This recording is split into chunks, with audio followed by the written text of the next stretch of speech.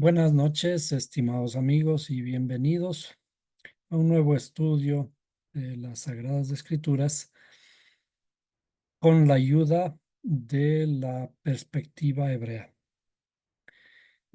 Como siempre en nuestros estudios, buscamos razonar, investigar, pensar. ¿Para qué? Para dejar de creer. Lamentablemente, la palabra creer en la Biblia está mal entendida. La palabra creer debe estar asociada a la palabra fe, pero la fe y creer están mal entendidos en la Biblia. La fe debe ser la corona de todas las ciencias. ¿Por qué la corona de todas las ciencias? Porque con el pensamiento, con el razonamiento, con la investigación, debemos afianzar lo que conocemos, estar seguros, estar certeros de lo que conocemos, estar confiados cada vez más con el conocimiento, con la solidificación de nuestras bases de pensamiento. La Biblia en realidad es un libro muy rico en historias que esconden secretos. Los secretos, por supuesto, no están regados sobre el suelo como para tomarlos sin ningún trabajo. Los secretos están escondidos debajo de la tierra y ameritan que nos esforcemos para encontrar esos secretos, encontrar esas riquezas. Y este trabajo que tenemos que realizar nos ayuda a crecer la inteligencia, crecer en sabiduría, porque experimentamos con nuestros propios oídos y con nuestros propios ojos. No nos podemos, no nos podemos confundir. Tenemos que estar atentos para escuchar y para ver. Es decir, si alguien nos dice, a ver, póngame atención a lo que voy a decir. Todos tenemos que tocarnos el oído y cuando miramos al que nos está dirigiendo, seguimos lo que está diciendo, pero no entendemos correctamente lo que dice. Si dice tenemos que tocarnos el oído, tenemos que llevar la mano a donde debe ser. Es decir, tenemos que estar despiertos en todo lo que nos dicen. Si nos dicen la Biblia dice esta cosa, tenemos que tener nuestros sentidos despiertos para poder entender adecuadamente lo que está escrito. Por eso hay varios mandamientos. El primero de ellos que dice, el principal mandamiento, escucha Israel. ¿Por qué? Porque a veces nosotros tenemos oídos, pero no escuchamos. Y por eso el verso dice, oídos tienen y no oyen, ojos tienen y no ven. Y no se trata de estos muñecos al que les dibujan orejas, les dibujan ojos, porque esos no son ni orejas ni ojos. Pero quienes tenemos realmente oídos y ojos somos nosotros. Pero a veces no ponemos atención a lo que estamos diciendo y por tanto no escuchamos. Dice, escucha Israel, el Señor, vuestro Dios, el Señor es uno.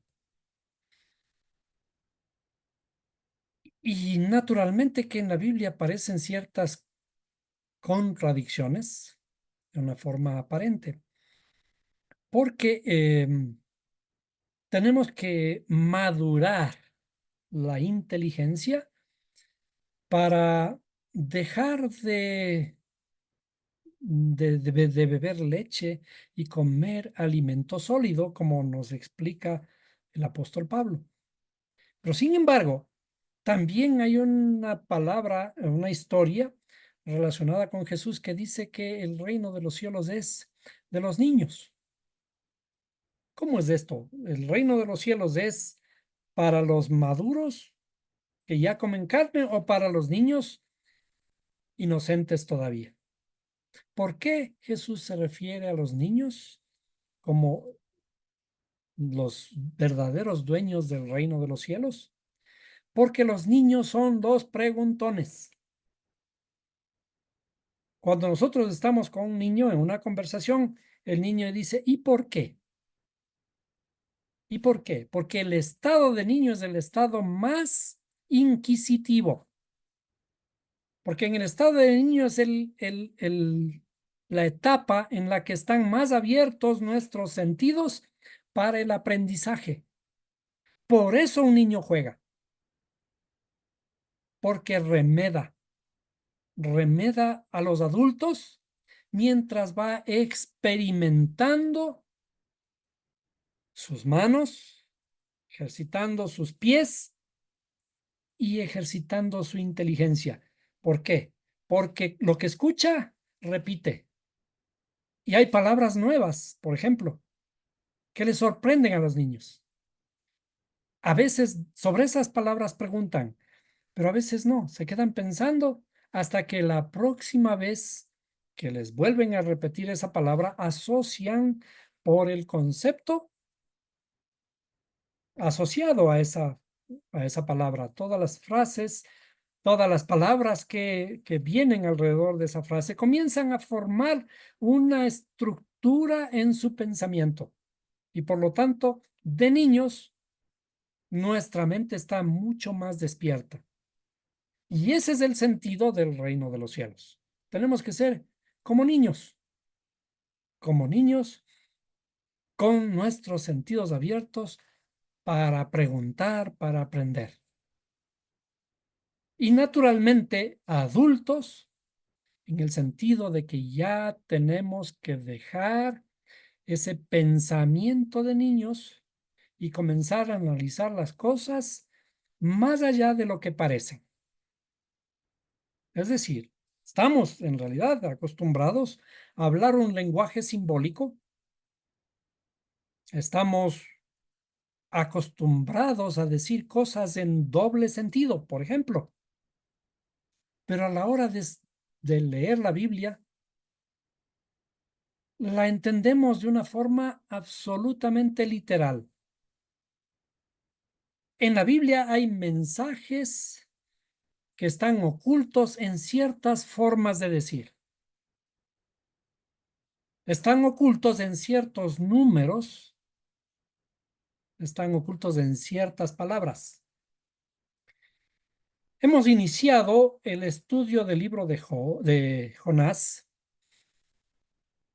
porque es un libro bastante interesante y peculiar, y que cuando éramos niños aprendimos a cantar sobre esta historia. Nos enseñaron de que Jonás era un profeta que no le hizo caso a la palabra de Dios. Y por eso al mar profundo la gente lo tiró. Y vino un pez muy grande y se lo tragó. ¿Por qué? Porque no le hizo caso a la palabra de Dios. Pero ahora nosotros como seres pensantes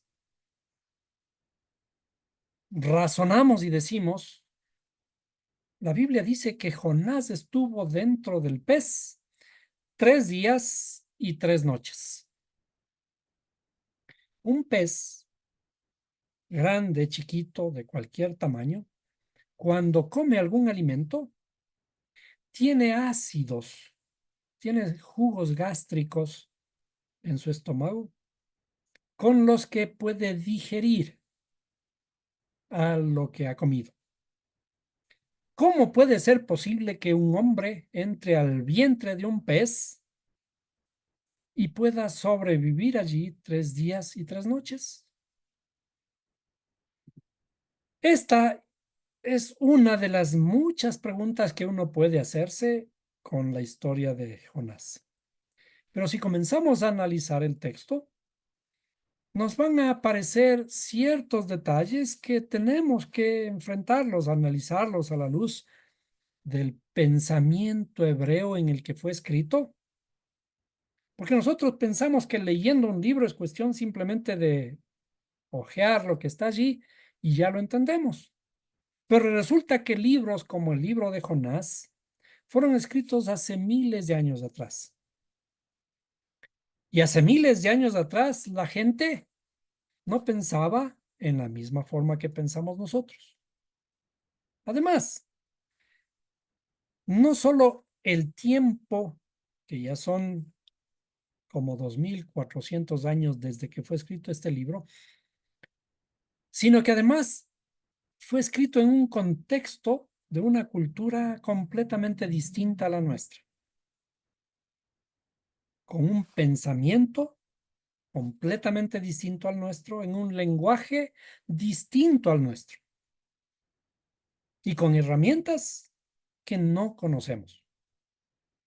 Por tanto, tenemos que acercarnos al libro con la predisposición de aprender a analizar todas estas herramientas con las que fue construido el libro. Acerquémonos primero entonces al texto y vamos a leer por ahora rápidamente el libro. Dice: Jonás huye de la presencia del Señor. Y dice: vino palabra del Señor a Jonás, hijo de Amitai, diciendo: levántate, ve a Nínive, la gran ciudad, y proclama contra ella, porque su maldad ha subido hasta mí. Pero Jonás se levantó para huir a Tarsis, lejos de la presencia del Señor, y descendiendo a Jope, encontró un barco que iba a Tarsis, pagó el pasaje y entró en él para ir con ellos a Tarsis, lejos de la presencia del Señor. Obviamente hasta aquí ya deben habernos surgido ciertos interrogantes. ¿Cómo es que Jonás decide huir de la presencia del Señor cuando sabemos que la Escritura dice que nosotros no podemos escondernos de su presencia? Si subimos al cielo, dice: allí tú estás. Si bajamos al Seol, lo que fue traducido luego como infierno, dice: he aquí que tú estás allí. ¿A dónde huiré de tu presencia? ¿A dónde me esconderé de tu espíritu? Jonás, siendo un profeta de Dios, ¿no sabía estas palabras? ¿Cómo entonces puede huir de la presencia del Señor? Cuando leemos el libro de Jonás, este libro tiene algunos mensajes ocultos. Por ahora diremos que el libro de Jonás es una alegoría.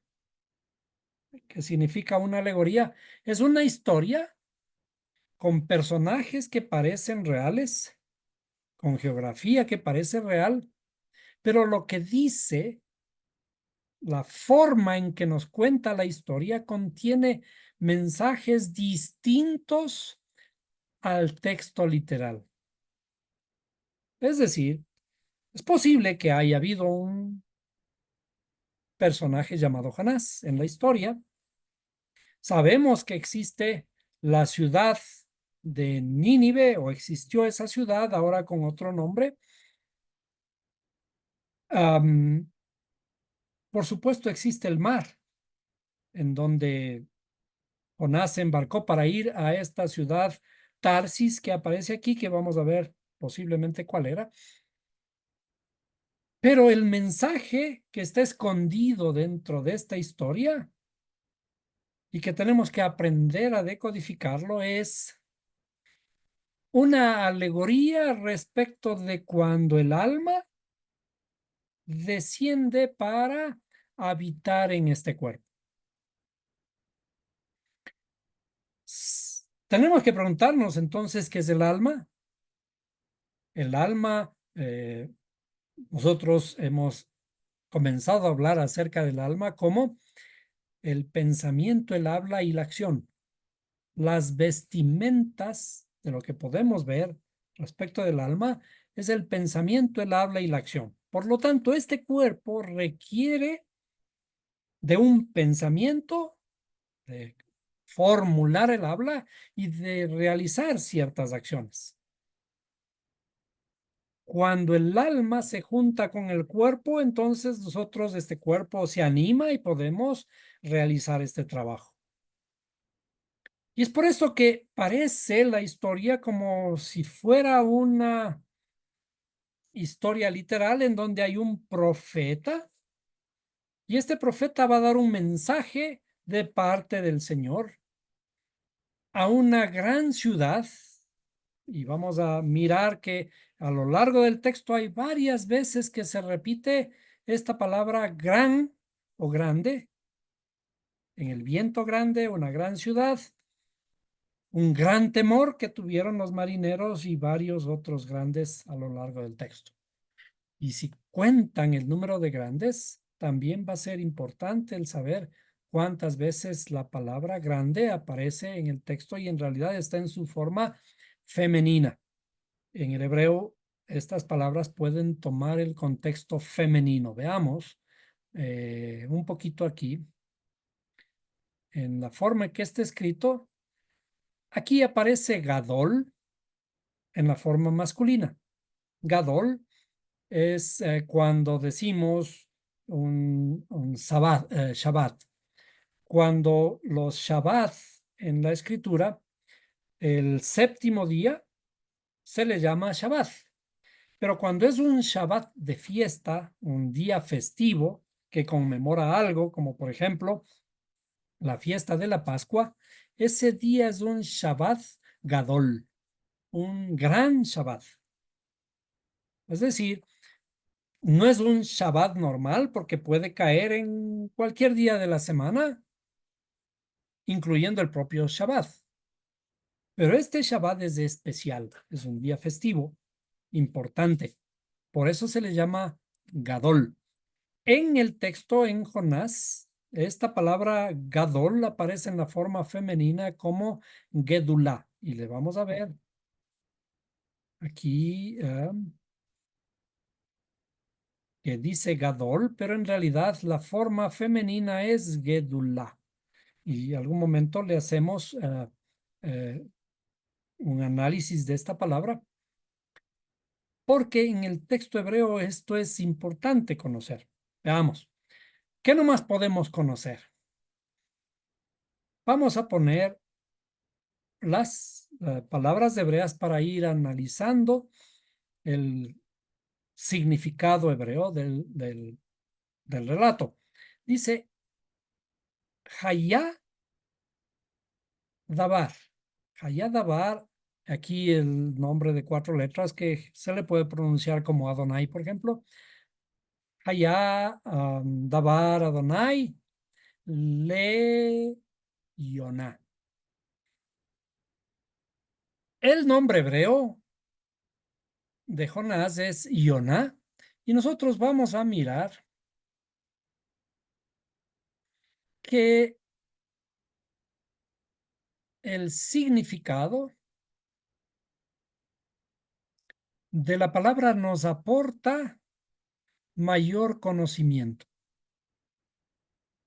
Perdón que se me salió del programa, a veces ocurren ciertos problemitas.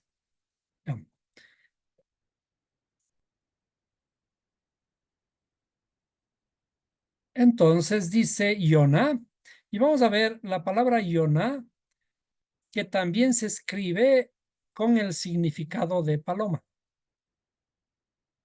Yonah significa paloma, que es un mensajero. Y dice además, hijo, que es Ben, Amitai. Vamos a poner la palabra Amitai, que viene de la palabra Emet. Emet y Amitai en realidad es la misma palabra con un posesivo que significa mi verdad. La palabra Emet es verdad y por lo tanto la ayuda al final le transforma eh, en la forma mi verdad, en el posesivo mío de mi verdad. Entonces, ¿qué podemos deducir de esta primera interpretación? Jonás, hijo de Amitai, o el mensajero, porque la paloma es un mensajero, el mensajero, hijo de la verdad. Habíamos estado mencionando en en el chat interno, que Jonás es un personaje que, de acuerdo a los sabios, aparece en la historia de otro profeta, el profeta, eh, perdón, ¿cómo es este profeta? Profeta,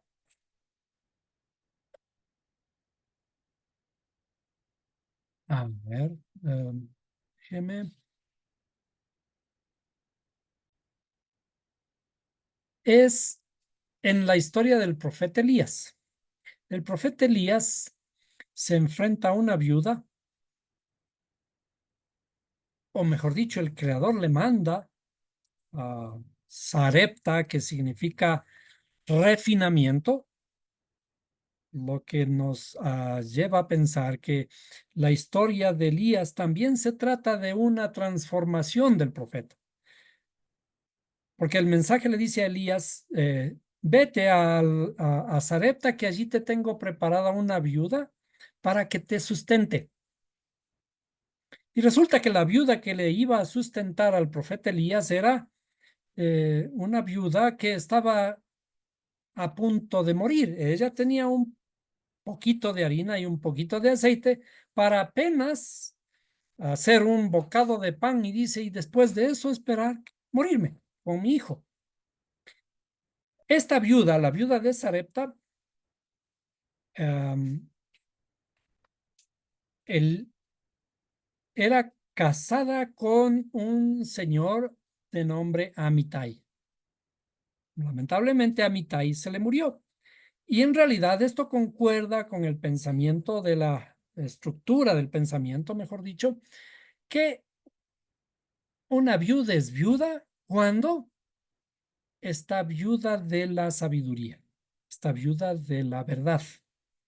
Es decir, no se trata de la historia de este profeta Elías, sino de mi propia historia, la historia mía de mi alma que en algún momento estoy viudo de la sabiduría, de la verdad. Es decir, cuando estoy viudo de la verdad, cuando he dejado a un lado la verdad en pos de cualquier otra cosa, cualquier otro cuento.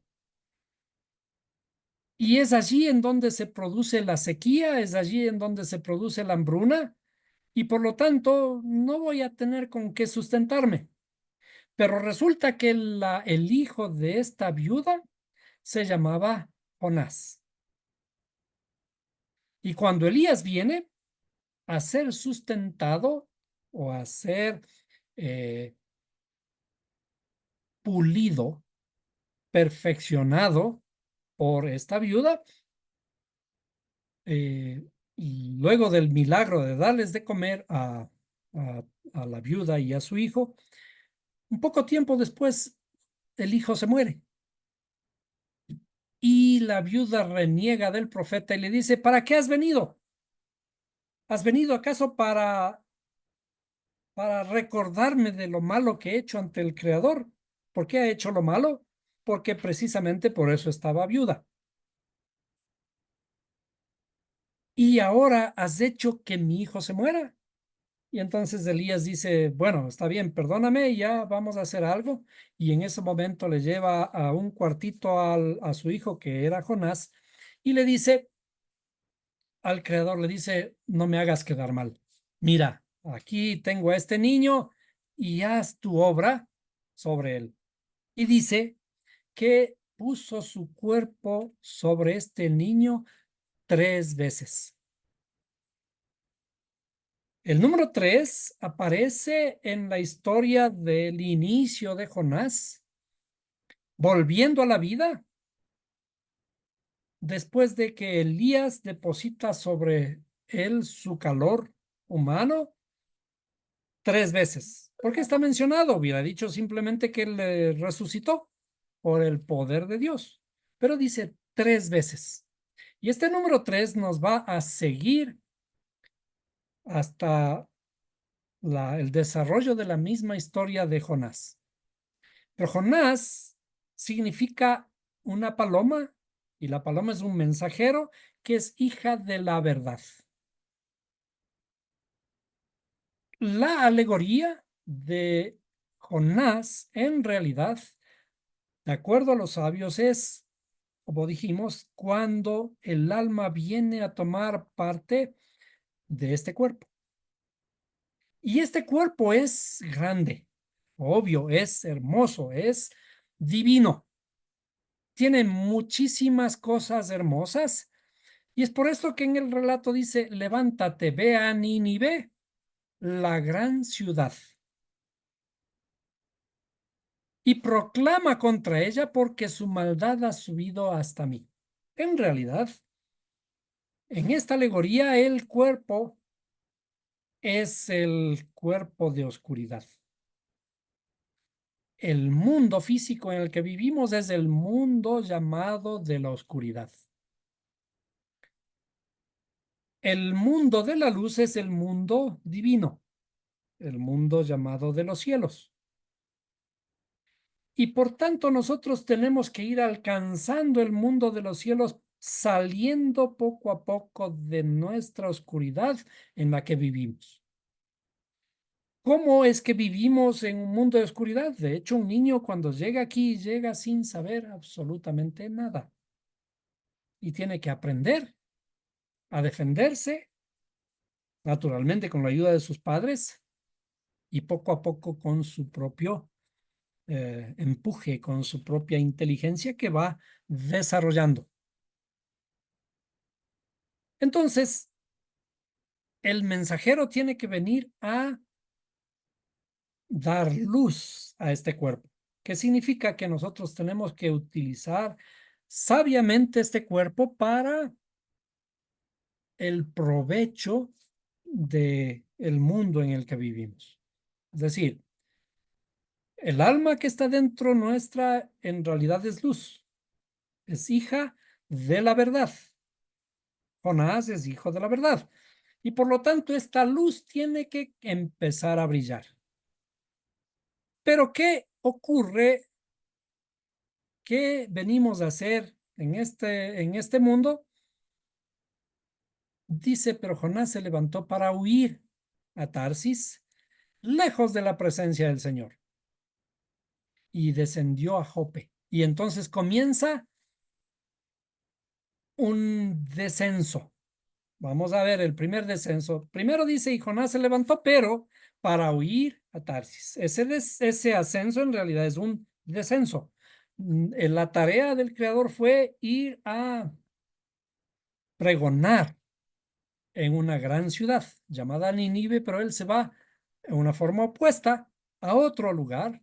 Eso, ese levantarse ya es un descenso, lejos de la presencia del Señor, como que si fuera posible estar lejos de la presencia del Señor. Y dice, y descendiendo a Jope, encontró un barco que iba a Tarsis. Entonces, los descensos comienzan.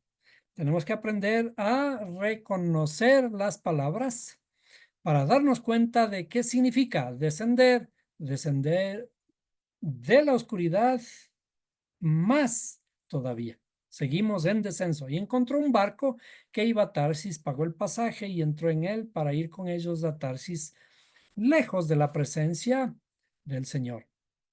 Y el Señor desató sobre el mar un fuerte viento y hubo una tempestad tan grande en el mar, otra vez grande en el mar, una tempestad muy grande que el barco estuvo a punto de romperse. Y hay algo ahí que los marineros ya tuvieron miedo, dice, tuvieron miedo y cada uno clamaba a su Dios y arrojaron al mar la carga que estaba en el barco para aligerarlo.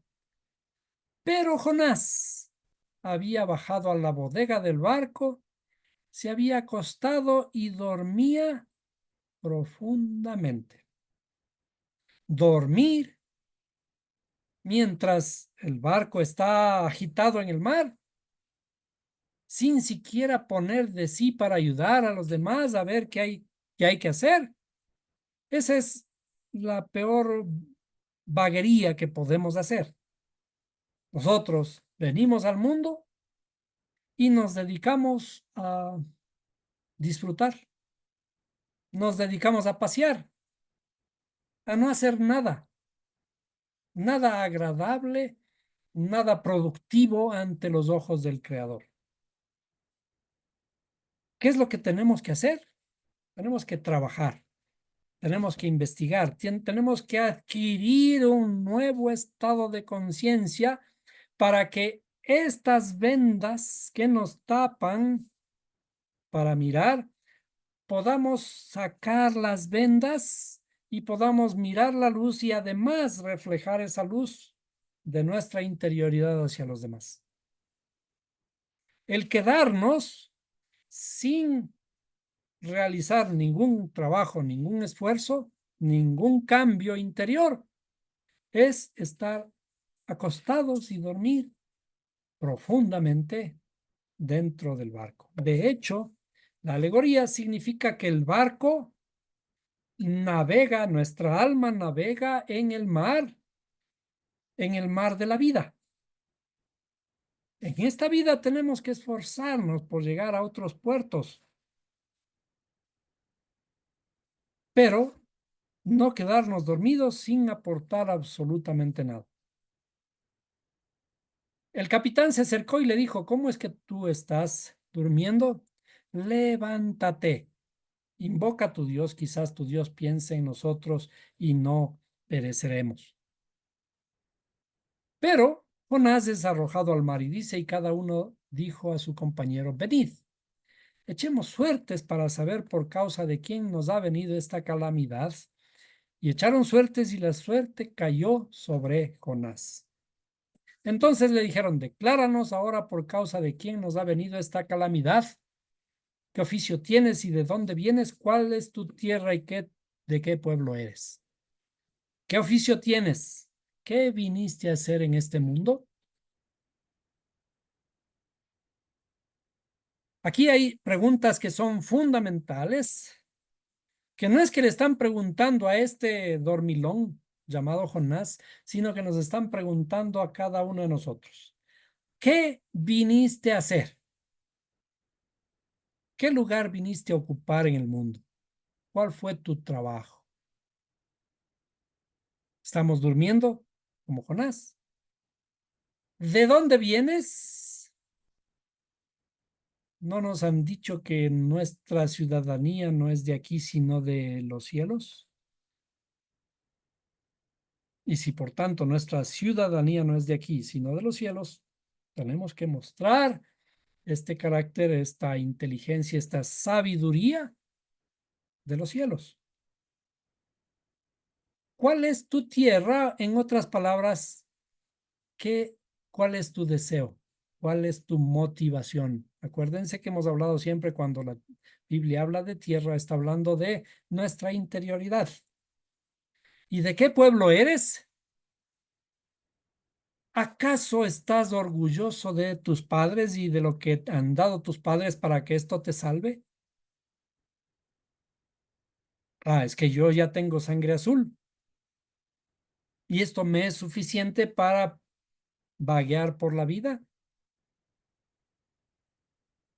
El reencontrarse con su propia esencia es parte del trabajo que tenemos que hacer aquí. No lo que nos hayan dado no es suficiente. Tenemos que refinar nuestra herencia. Si nos han pasado cosas bonitas, hay que refinarlas. Si nos han pasado cosas malas, tenemos malos recuerdos de nuestros padres, tenemos que refinarlos, transformarlos. Eso significa, ¿y de qué pueblo eres? ¿Estás orgulloso de lo que eres? Y él le respondió, soy hebreo y temo al Señor Dios del cielo que hizo el mar y la tierra. Los hombres se atemorizaron en gran manera y le dijeron, ¿qué es esto que nos has hecho? Porque ellos sabían que él huía de la presencia del Señor por lo que él les había declarado.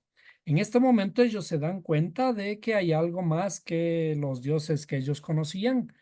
Se dan cuenta de que este Jonás era parte de un linaje, digamos, diferente al que ellos conocen, un Dios que ellos no conocen, etcétera. Entonces le dijeron, ¿qué haremos contigo para que el mar se calme en torno a nuestro?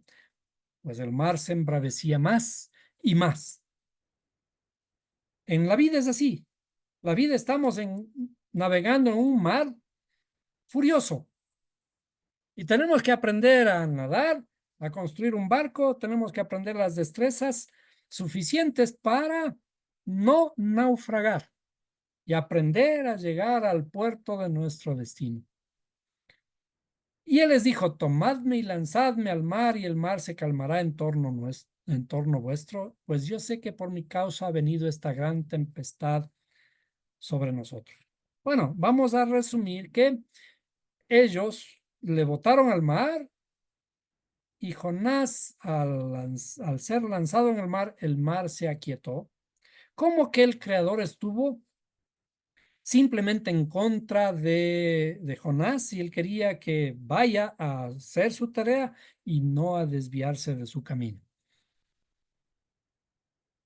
Pero vamos a detenernos un poquito en lo que les decía. Vamos a mirar un poco más de la belleza del libro, de la forma en que está escrito, con las palabras hebreas. Entonces, comencemos aquí. Jonás, y vamos a poner las palabras en el texto, en una pizarra para poderlas ir analizando. Veamos aquí. Vamos a poner aquí.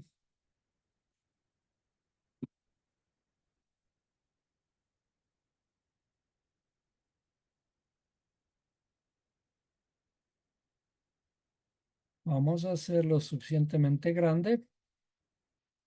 Bueno, por ahí está bien. Y les voy a quitar, como siempre, los puntos que significan las vocales, puesto que el texto fue escrito sin las vocales. Esto es Jonás. Ahí dice Jonas, ¿no? Yoná. Esto dice en hebreo Yoná. Y cuando termine una G generalmente significa que hay una terminación más acentuada allí. Jonás es Yoná. ¿Qué significa? De paso vamos a ponerle aquí. ¿Qué significa? Paloma.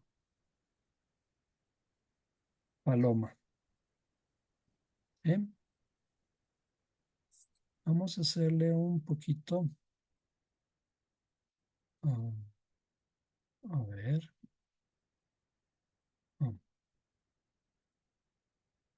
Aquí le vamos a hacer esto más chiquito para que pueda entrar. ¿Ah? Jonás es paloma o mensajero. Vamos a dejarle esto quizás abierto para poder... ahí. Bien. Entonces, además le voy a hacer un poquito más acá.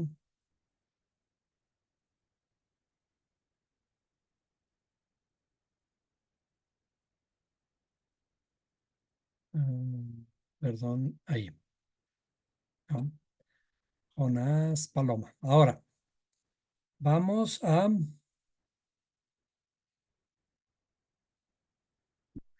la siguiente palabra. eh, Perdón, ahí sería, ya. Y él se llamaba Jonás Ben, que se escribe de esta forma. Vamos a ahorrarnos un poquito. Dice Ben y una letra Nun. ¿Dónde está la letra Nun? Por acá. Ahí, no, perdón. Guau. Déjenme ver. eh, con mi ayuda aquí tenemos, está bien, esta por aquí nomás, al lado de esta, ahí, ven, ven. Esto significa hijo. Vamos a hacerle por acá, perdón. A ver, ahí, ven, ¿qué significa hijo? ¿Sí? Y ya conocemos que la palabra ven forma parte o viene de Binah.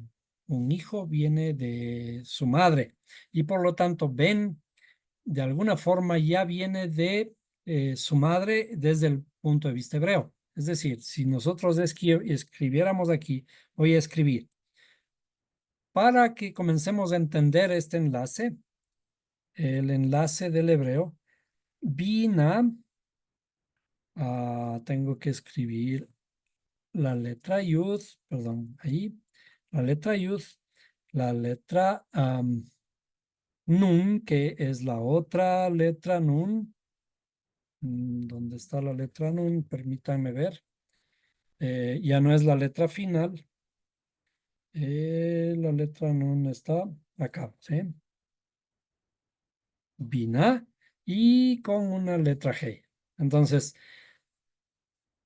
las raíces de las palabras eh, están estrechamente relacionadas con su significado. Es decir, esto de Binah, Binah desde la perspectiva hebrea es madre. Esto es Binah, es la madre. Lo que nos da la idea precisamente de que el hijo viene de su madre. De hecho, en la estructura del árbol de la vida, Binah y Ben están estrechamente conectados. En algún momento lo vamos a mirar en el árbol de la vida. Entonces, Ben y dice Amitai. Y entonces vamos a poner la palabra hebrea Amitai. Entonces sería Aleph, Mem, Taf, perdón, ahí, Taf y Yud, Amitai. Aquí, ¿sí? Amitai.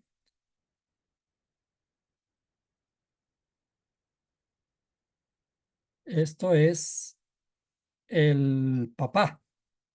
Amitai. ¿Qué significa mi verdad? Entonces vamos a hacer las palabras del tamaño. Amitai, que es mi verdad. ¿Qué quiere decir esto? Que esta palabra emet ya es la verdad. y Amitai, la yud es el posesivo para hacer la palabra como mi verdad. Bien, ahora, como siempre nosotros estudiamos la forma de enlazar los números con las ideas para hacer que estas ideas tengan más peso en la estructura del pensamiento que está escondido dentro de la historia. Entonces vamos a poner aquí, vamos a hacer, mejor dicho, vamos a hacer las gematrias que acostumbramos. Por ahora voy a hacerle esto. Hagamos algo para que pueda hacerse mejor. ¿Sí? Vamos a hacer, perdón, ahí, ya.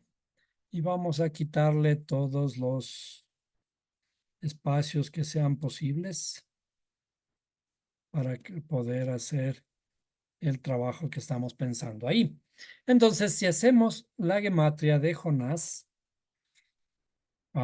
comenzamos de derecha a izquierda para poder hacer adecuadamente esto. Sería la letra G vale 5, la letra Nun vale 50, la letra Paf vale 6 y la letra Yud vale 10.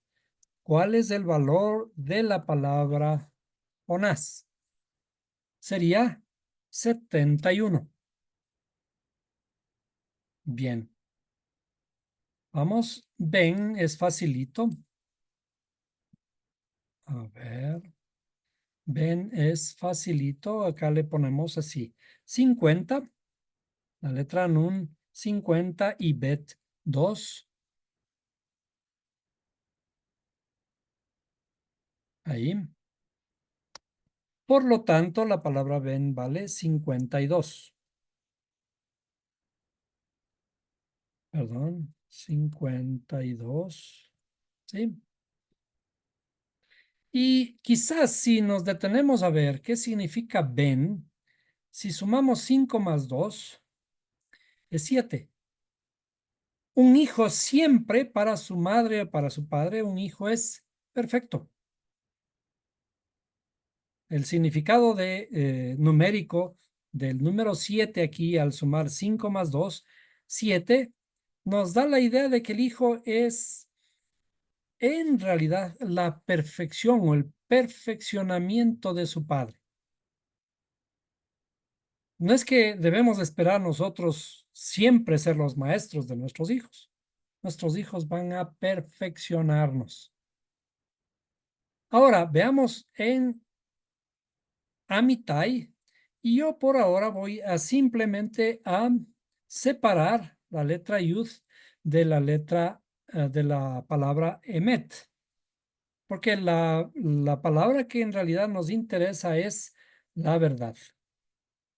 ¿Sí? A ver, veamos esto.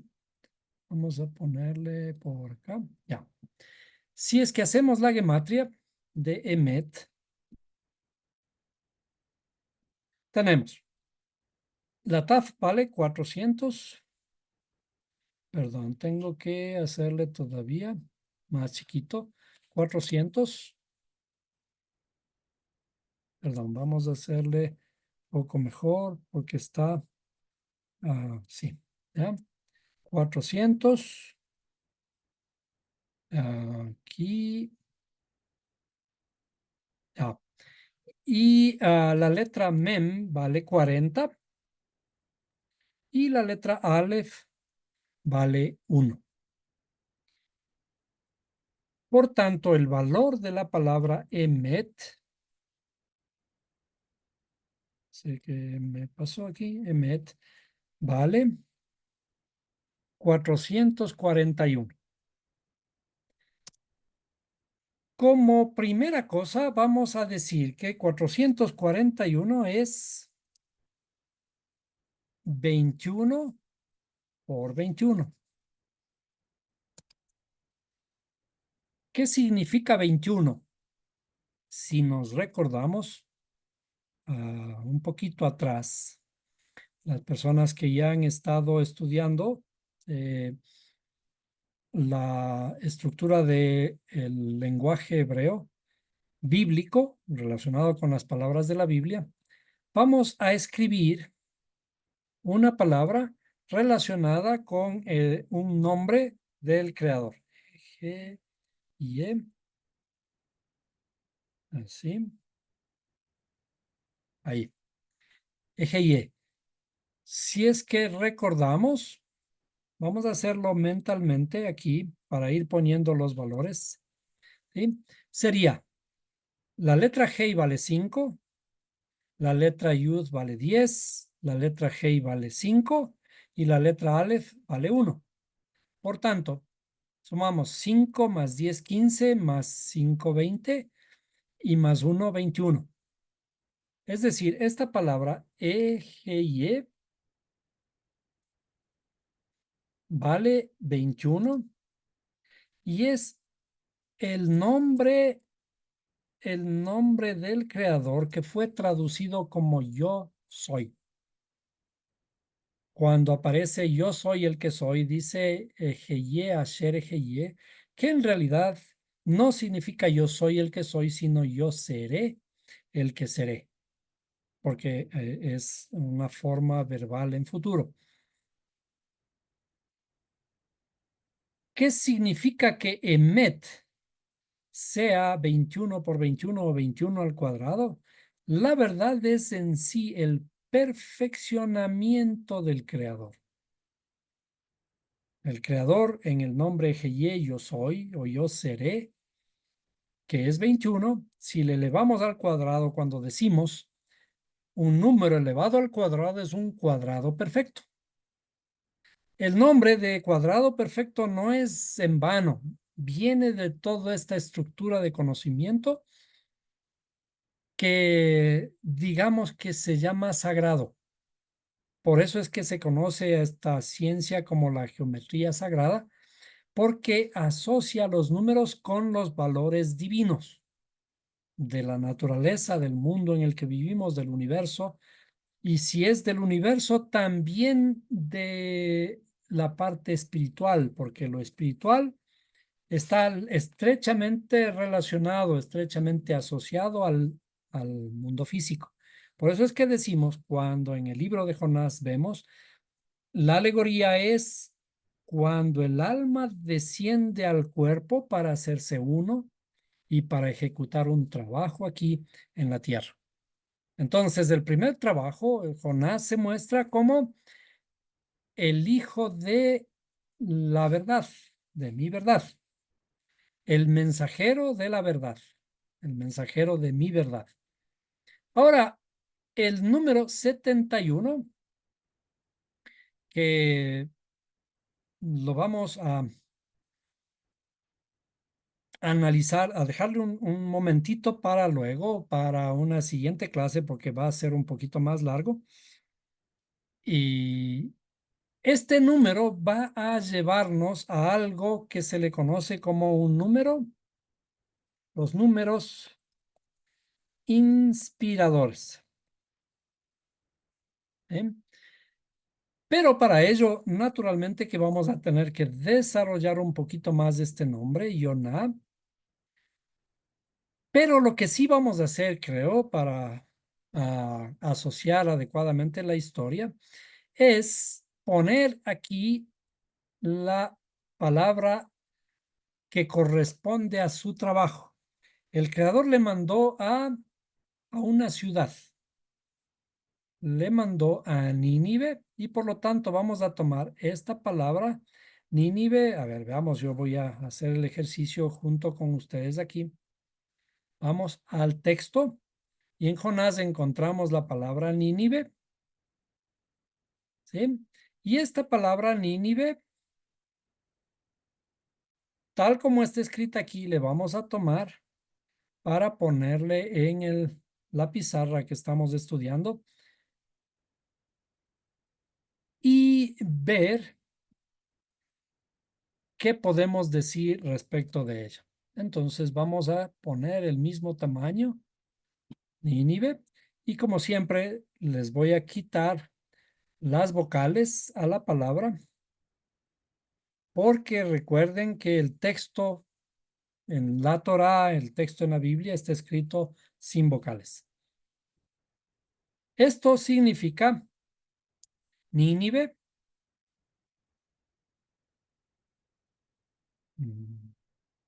A ver, perdón.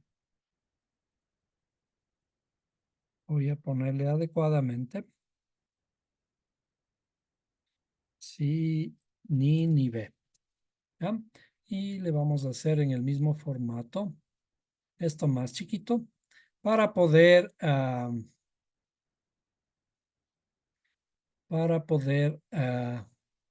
escribir lo que corresponde aquí. Si hacemos nuevamente, vamos a hacer la gematria. Vamos a hacer la gematria de esta palabra. Sería Nínive inicia a la derecha, porque en realidad es vamos a hacerlo a la izquierda, al revés. Iniciaríamos en la izquierda con la letra G y número 5. 5, la otra letra es Baf, que es una G. La letra Nun, que vale 50. La letra Yud, que vale 10. Y la letra Nun, nuevamente 50. Entonces vamos a hacerle un poquito más así. Ya, 50.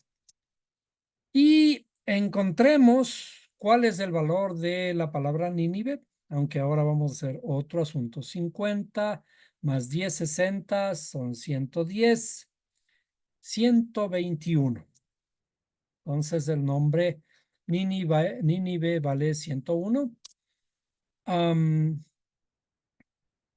Pero vamos a comparar la palabra Nínive por ahora con la palabra Yoná o Jonás. Entonces voy a tomar Yoná de aquí y le vamos a poner debajo de Nínive.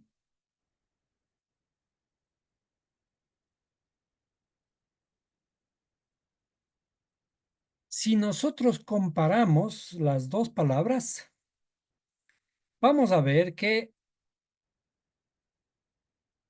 Yoná está contenido en Nínive.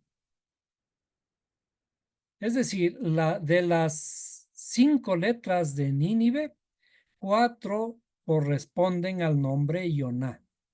O sea, en el hebreo,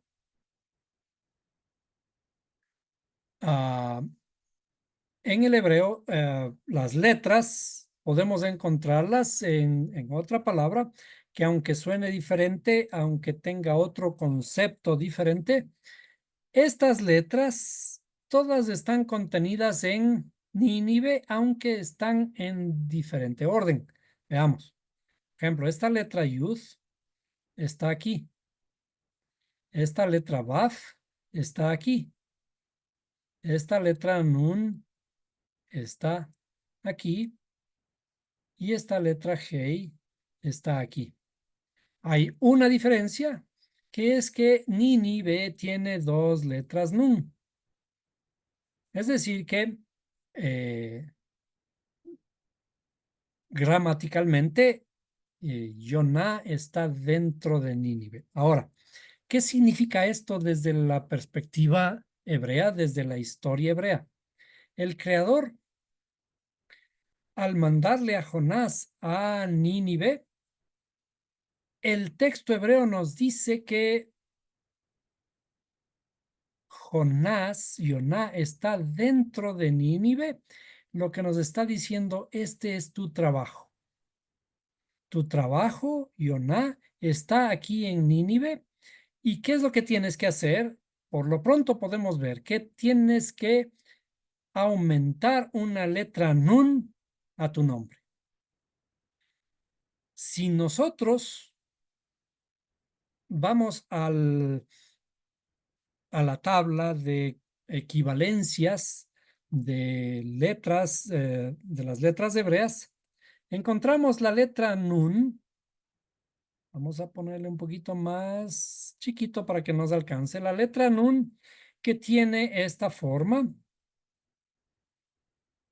y que tiene un valor 50, tiene el significado de pez y heredero. Vamos a ponerle en el mismo tamaño, pez y heredero. Esta letra nun en realidad está asociada al Mesías, o en hebreo Mashiach, porque nosotros sabemos desde la perspectiva bíblica, Mashiach es lo que conocemos como el heredero. Entonces vamos a hacer un poquito más chiquito para que nos alcance aquí. ¿Ya? ¿Qué significa esto? Hemos dicho que el libro de Jonás es una alegoría de cuando el alma viene a fundirse con el cuerpo y tiene un trabajo. Está puesto aquí como anda a Nínive y pregona ah, acerca de una profecía, acerca de su destrucción. Pero dijimos que es el alma que viene al cuerpo a hacer su trabajo y las letras nos demuestran que la ciudad en la que tenemos que trabajar cada uno de nosotros está en nosotros mismos. Y a esta ciudad o a este nombre nuestro tenemos que añadirle a Mashiach. ¿Cuál es el propósito de la redención en general? Lo que nos han enseñado. Recibe al Señor Jesucristo y serás salvo. Si bien es cierto el que tenemos que recibir al Señor Jesucristo, en la perspectiva hebrea sería recibir a Yeshua HaMashiach o al Mashiach, la luz del mundo, que es la que tiene que venir a completar mi nombre o completar mi vida. Y ese es mi trabajo aquí en la tierra. ¿A qué he venido yo? Tengo que responderme esas preguntas que le hicieron a Jonás cuando estaba dormido en el barco, en el fondo del barco. No debemos quedarnos dormidos, debemos despertar. ¿Despertar qué? Despertar la luz que nos falta en nuestra interioridad. Porque en nuestra interioridad hay oscuridad. Estar dormidos es sinónimo de la noche y la noche es sinónimo de ignorancia, sinónimo de muerte. ¿Y qué dice también la escritura? Levántate tú que duermes y te alumbrará ¿quién? Mashiach. Jonás, levántate, te falta Mashiach. Entonces, esto es una forma diferente de encontrar nuevos aspectos de la escritura que básicamente son los mismos que ya conocemos desde luego, pero con estas estructuras estamos afianzando nuestra fe. No se trata de una historia literal, se trata de una alegoría que va a contribuir para que incrementemos nuestro conocimiento, incrementemos nuestro entendimiento, incrementemos nuestra sabiduría. ¿Por qué? Porque poco a poco con esto se van despertando nuestros ojos. Ya veremos, en una próxima clase nos vamos a meter un poquito más a fondo en los números de Jonás, para darnos cuenta que además de todo este